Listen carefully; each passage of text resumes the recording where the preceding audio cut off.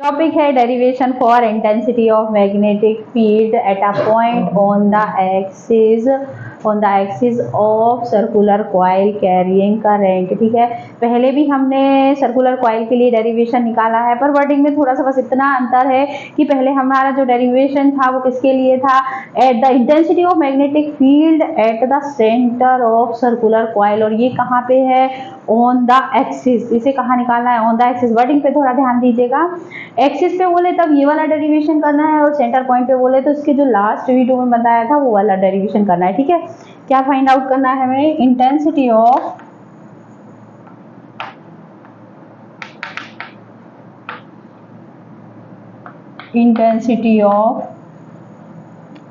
Magnetic field at a point on the axis of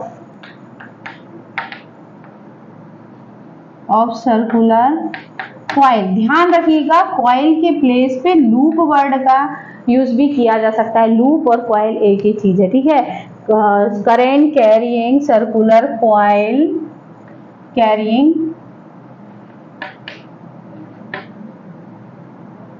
correct. इसमें ध्यान रखना है बस क्या है वर्ड इसमें, ऑन द एक्सिस। जब आपको बोले ऑन द एक्सिस तो ये वाला डेरिवेशन करना है, अदरवाइज क्या करना है आपको, और एट सेंटर पॉइंट में तो जो लास्ट वाला था वो वाला करना है। अच्छा, ये थोड़ा सा डिफिकल्ट है इसकी, क्यों, क्योंकि इसे क्या करना है, कंपोनेंट्स में डिवाइड करना है, उसके बाद क्या करना है, इसे इंटीग्रेट करने के इसका टोटल निकालना है। ठीक है, हम देखते हैं जो डायग्राम, जैसे जैसे हम डायग्राम बनाएंगे उसके अकॉर्डिंग हमें क्या करना है, थ्योरी लिखना है।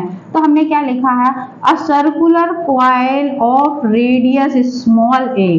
अब आर क्यों नहीं लिया, रेडियस को हमेशा क्या लिया जाता है, आर, बट हमने आर क्यों नहीं लिया है, क्योंकि हमेशा पॉइंट पी जो होता है वो आर डिस्टेंस पे होता है। अब ऐसा जरूरी नहीं है आर पे, पर हमेशा से क्या लिया है, आर पे, तो हम कंफ्यूज ना हो इसलिए क्या लेंगे, आर, तो उससे चेंज करके अपन ने क्या ले ली है यहाँ पे रेडियस। हमने क्या लिखा है, a circular coil of radius small a and its centre point is O. ठीक है, इसकी रेडियस कितनी हो गई, small a, capital I current flowing in it, इसमें कैपिटल आई करेंट जो है वो फ्लो हो रहा है।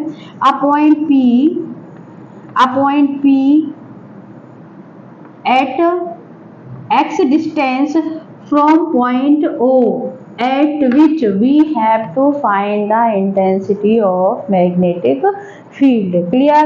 फिर इंटेंसिटी ऑफ मैग्नेटिक फील्ड कितने डिस्टेंस पे है, स्मॉल एक्स डिस्टेंस पे। अब ये जो पॉइंट पी है ना, तो एक्स एक्स कैसा है, पर्टिकुलर, इसके लिए तो कहाँ पे है, एक्स एक्सिस पे, इसी एक्सिस के अलोंग है। बट अपन क्या करेंगे इसको, क्योंकि टोटल के लिए निकाल पाना पॉसिबल नहीं है, तो क्या करेंगे हम, इसे नंबर ऑफ स्मॉल एलिमेंट्स में डिवाइड कर लेंगे।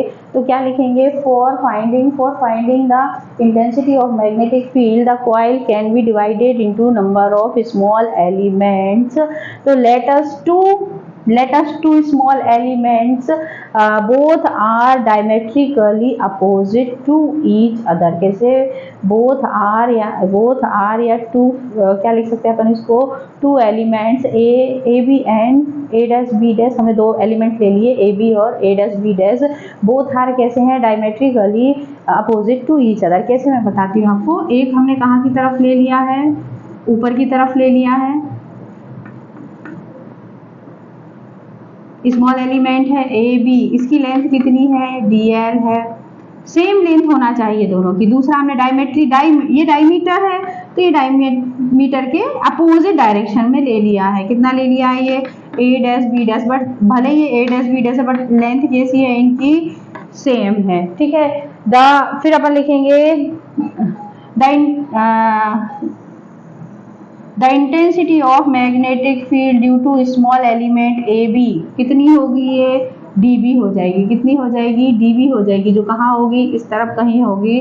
तो हमने क्या करा, एक्स एक्सिस को जो OP एक्सिस है उसको आगे की तरफ बढ़ा दिया, और फिर जो पॉइंट dB था, या फिर हम ऐसा बोल सकते हैं जो पॉइंट dB है हमने उसको दो कंपोनेंट में डिवाइड कर दिया। ठीक है, ये पॉइंट क्या है? P, एक यहाँ पे ये क्या है, मान लीजिए ये नॉर्मल n है।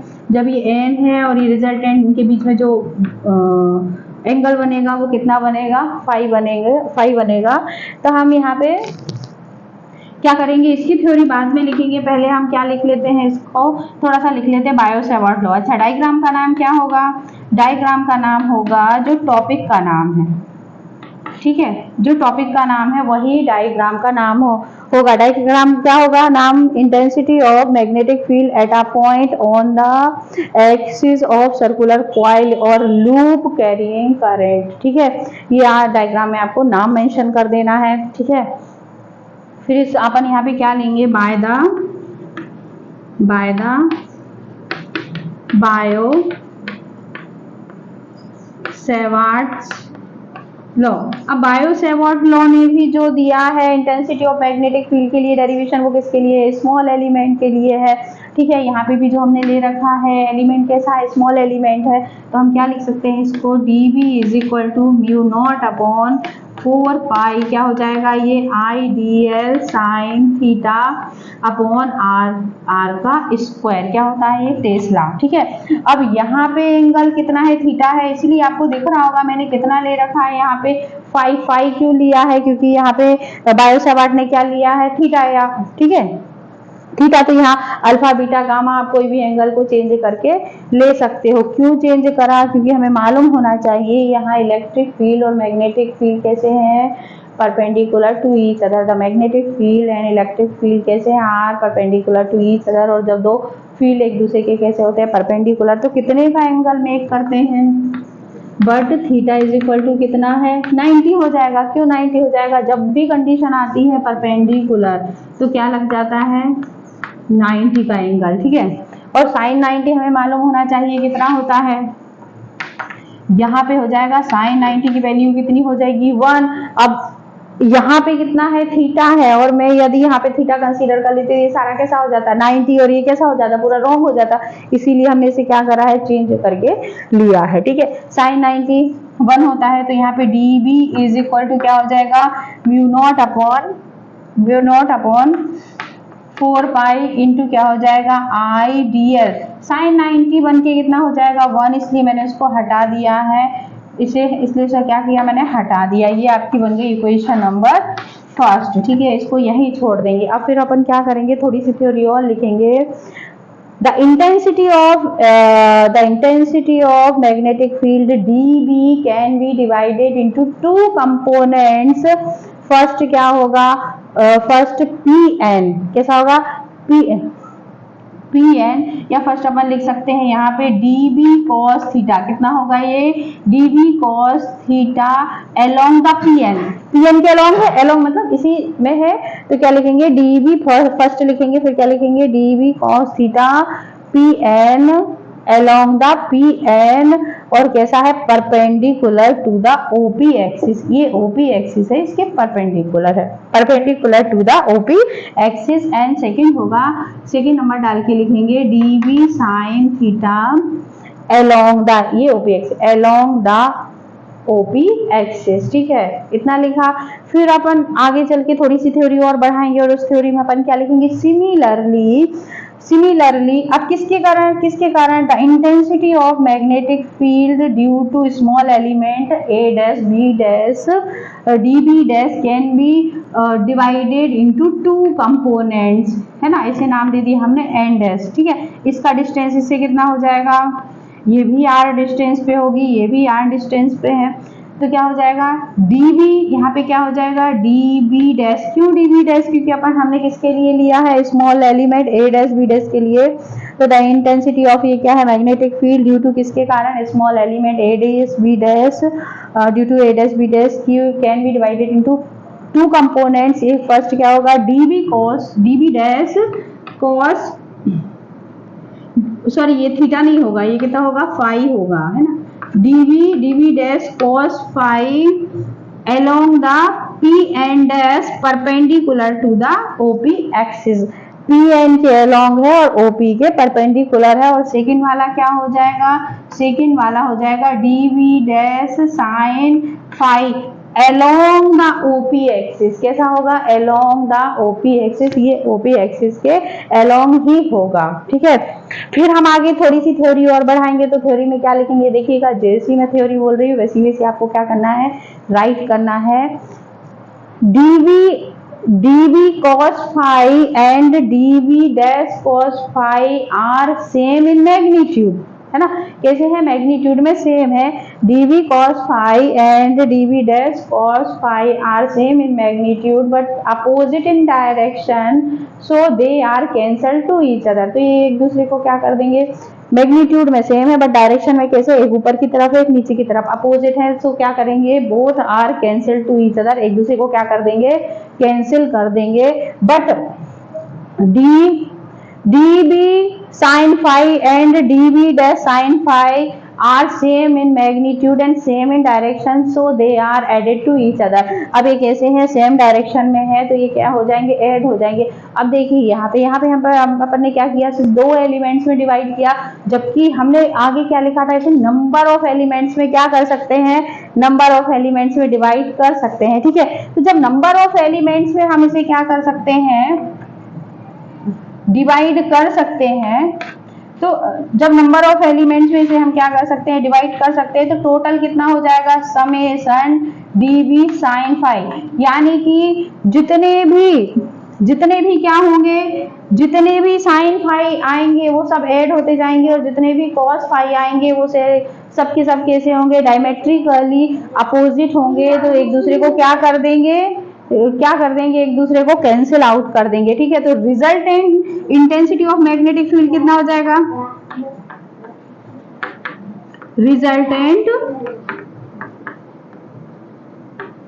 Resultant intensity of magnetic field at point O पे कितनी हो जाएगी, एट पॉइंट ओ नहीं, एट पॉइंट ओ और at point P on the axis, है ना, ऑन द एक्सिस ऑफ किसके लिए, सर्कुलर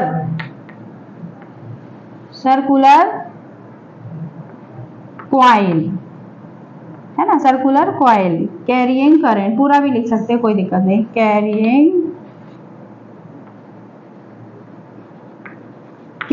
करंट। तो ये कितना हो जाएगा, total B is equal to summation dB sine phi. देखिएगा ये समेशन किसे शो करता है, समेशन का मतलब होता है जितने भी साइन फाई के एलिमेंट्स होंगे वो सारे के सारे कैसे होंगे, ऐड होते जाएंगे। क्लियर, यहाँ पे इसे हम नाम दे देते हैं, कुछ भी नाम नहीं देते हैं, इक्वेशन फर्स्ट से क्या करते हैं, dB की वैल्यू पुट कर देते हैं। तो पुट करेंगे, पुट द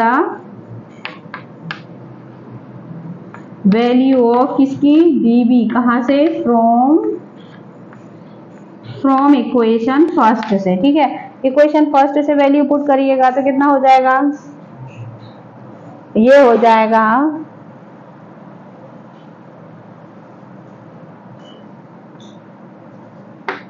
dB के प्लेस पे, किसके प्लेस पे, dB के प्लेस पे ये लिखा जाएगा, और पीछे क्या लिखा आएगा, साइन फाई, यहाँ पे क्या चल रहा था, समेशन इज इक्वल टू में क्या चल रहा था, B। क्लियर यहाँ तक। अब यहाँ पे क्या करें हम, सबसे पहले हम इसको नाम दे देते हैं इक्वेशन नंबर सेकेंड। फिर हम हमें क्या दिखाई दे रहा है कि ये कितना एंगल है, फाई है, तो ये भी कितना होगा, फाई होगा। जब ये फाई है, ये फाई है, तो ये कितना होगा, 90। सिमिलरली यहाँ का नीचे वाला एंगल भी बनाएंगे तो वो भी कितना हो जाएगा, 90 हो जाएगा। पर हमने ऊपर वाला एंगल ले रखा है, बस ये ले लेते हैं। ठीक है, तो यहाँ पे मान लीजिए कुछ नाम नहीं है, तो यहाँ पे एक हमने पॉइंट नाम दे दिया R। तो हमें राइट एंगल दिखाई दे रहा है, राइट एंगल क्या है, ROP, क्या है,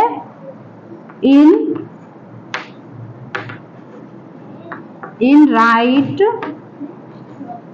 एंगल्ड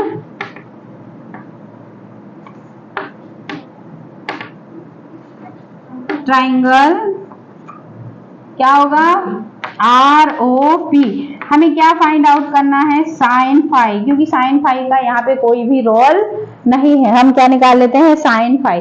तो sine phi, sine is equal to क्या होता है, चाहे फाई हो या थीटा हो, तो क्या होता है, P upon H, P upon H. तो यहाँ पे देखिएगा sine phi is equal to P perpendicular, देखिएगा यहाँ जहां 90 बन रहा है वो ये यहाँ पे क्या है, परपेंडिकुलर, जो आड़ी लाइन गई है वो क्या है, हाइपोटेनियस, नीचे जो बचा हुआ है वो क्या है, बेस है। तो परपेंडिकुलर हमारे पास कितना आ गया, मैं डायरेक्ट लिख दूं क्या, ए, ठीक है, ए, एच कितना हो जाएगा, हाइपोटेनियस क्या है,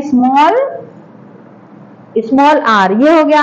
अब साइन फाई की वैल्यू जो है अपन कहाँ पुट कर देते हैं, इक्वेशन नंबर 2 में। तो क्या लिखेंगे, पुट द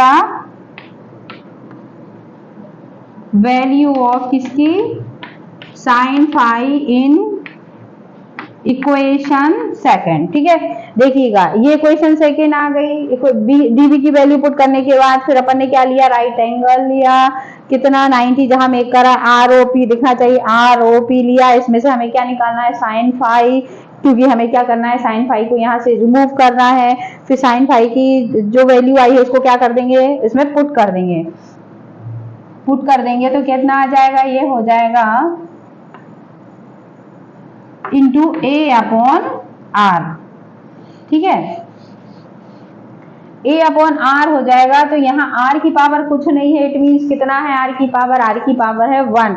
तो यहाँ पे जब बेस सेम होते हैं, तो पावर ऐड और सब्ट्रैक्ट दोनों हो जाती है, ठीक है। तो यहाँ पे क्या हो जाएगा, b इज इक्वल टू, हमें ऐसा लिख सकते हो, mu naught upon 4 pi I upon R cube into यहाँ पे क्या चल रहा है, a, और यहाँ पे क्या जाएगा, समेशन डी एल। देखिए मैंने समेशन डी एल को क्यों अलग लिख दिया, क्योंकि आप खुद सोचिए कि ऐसे हम क्या करें, नंबर ऑफ एलिमेंट्स को हम लेते जाते हैं, इसको डिवाइड करते जाते हैं और यहाँ से क्या करते हैं, स्टार्ट करते हैं और यहीं पे खत्म कर लेते हैं। तो ये क्या कंप्लीट कर लेगा, सरकमफेरेंस कंप्लीट कर लेगा, क्या, सरकमफेरेंस। अब आपको है ना ये थोड़ी सी जो कॉइल है एक्स शेप की दिख रही है, क्यों, क्योंकि कॉइल क्या है, सामने से तो ऐसे सर्कुलर है, बट हम उसको क्या कर रहे हैं, थोड़ा सा ऐसा तिरछा करके देख रहे हैं। तो तिरछा करने पे कैसा, हल्का सा एक्स शेप का दिखता है, इसलिए वो एक्स शेप की बनी हुई है, हम उसे साइड से देख रहे हैं, ठीक है। जब क्या होंगे, पूरे नंबर ऑफ एलिमेंट्स को हम क्या कर देंगे, ऐड कर लेंगे, तो ये क्या कंप्लीट कर लेगा, सरकमफेरेंस। और आपको मालूम होना चाहिए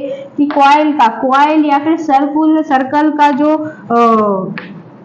सरकमफेरेंस होता है, वो सरकमफेरेंस कितना होता है, 2 पाई, यहाँ पे क्या लेंगे अपन, ए क्यों लेंगे, क्योंकि रेडियस आर नहीं है, रेडियस कितनी है, ए, वहां पे आर लेते थे, ए क्यों लिया, वहां रेडियस आर थी तो आर लेते थे, यहाँ पे रेडियस क्या है, ए, हम कंडीशन के अकॉर्डिंग चलेंगे। अब डी है, इसकी वैल्यू पुट कर देंगे तो क्या हो जाएगा, mu naught upon 4 pi I a r cube 2 pi into a. तो यहाँ पे क्या हो जाएगा, b is equal to mu naught upon 4 pi, ये हो जाएगा आई ए स्क्वायर, 2 पाई आगे लिख लेते हैं, 2 pi I A square upon R cube, ये हो जाएगी हमारी इक्वेशन नंबर 3। यहाँ तक क्लियर। क्या किया हमने, इसमें मल्टीप्लाई कर दिया, 2 और 1 कितने हो गए, यहाँ पे 3। हमने समेशन और डीएल को एक साथ लिख लिया, क्यों, क्योंकि जो स्मॉल एलिमेंट है वो छोटे छोटे बाद में क्या हो जाएंगे, जुड़ के क्या बना लेंगे, एक लूप बना लेंगे। और आपको मालूम होना चाहिए लूप या सर्कल का क्या होता है, सरकमफेरेंस 2 पाई आर होता है, बट हमने ए का यूज क्यों किया है, क्योंकि हमारे पास रेडियस क्या है, ए है। तो इस वैल्यू को हमने क्या करा है, इक्वेशन में पुट कर दी है, और फिर ए और ए कितने हो जाएंगे, 2 स्क्वायर लग जाएगा, ये क्वेश्चन नंबर हमारे पास 3 आ गई, ठीक है। अब अपन अगेन क्या करते हैं, अगेन लिखेंगे, again in triangle, right angle कौन सा ले लेते हैं, इन राइट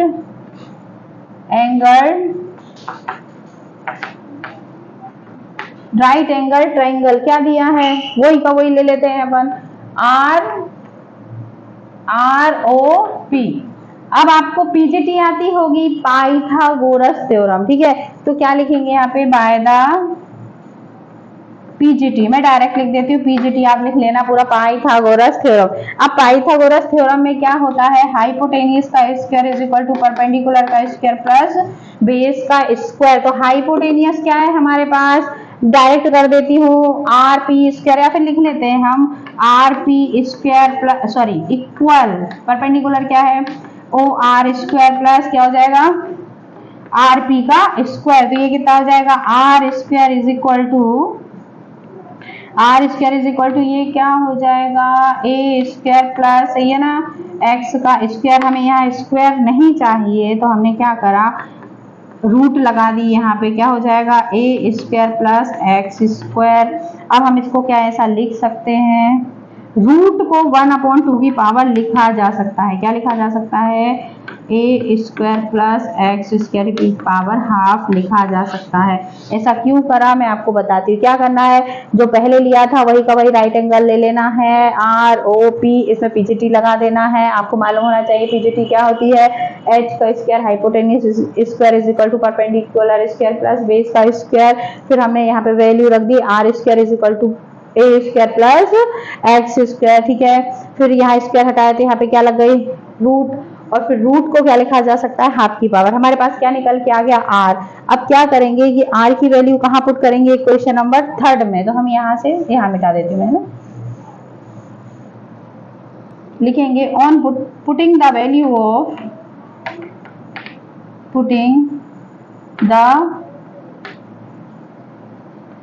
ऑफ किसकी, r square sorry r in equation 3 कितनी हो जाएगी ये, b is equal to mu naught upon 4 pi into क्या हो जाएगा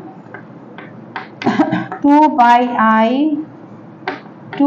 आई ए का स्क्वायर अपॉन में क्या आएगा यहाँ पे a square plus x square. Power क्या चल रही थी वहां पे हाफ, और यहाँ पे ऑलरेडी कितना था क्यूब, तो इंटू 3। तो यहाँ पे क्या हो जाएगा next b is equal to mu naught upon क्या हो जाएगा 4 पाई, ये हो जाएगा 2 pi I A square upon X A square plus x square, ये हो जाएगा 3/2। यूनिट क्या हो जाएगी टेस्ला। क्लियर। अब ये यहाँ तक डेरिवेशन हो गया, पर चाहे तो हम इसे एक लाइन और बढ़ा सकते हैं। इफ नंबर ऑफ टर्न्स के लिए दे, क्या लिखें, इफ एन बी द क्या है नंबर ऑफ टर्न्स काय में, इन कॉइल में। तो बस क्या करना है आपको, जो 2 पाई है यहाँ पे एन इंक्लूड कर देना है, लिख देना है 2 पाई एन आई। आप ये लाइन नहीं भी लिखोगे तब भी चलेगी, ये कंडीशनल होगी, जब क्वेश्चन में देगा तभी करना है, ठीक है। A square plus x square power 3/2 क्या है यूनिट टेस्ला।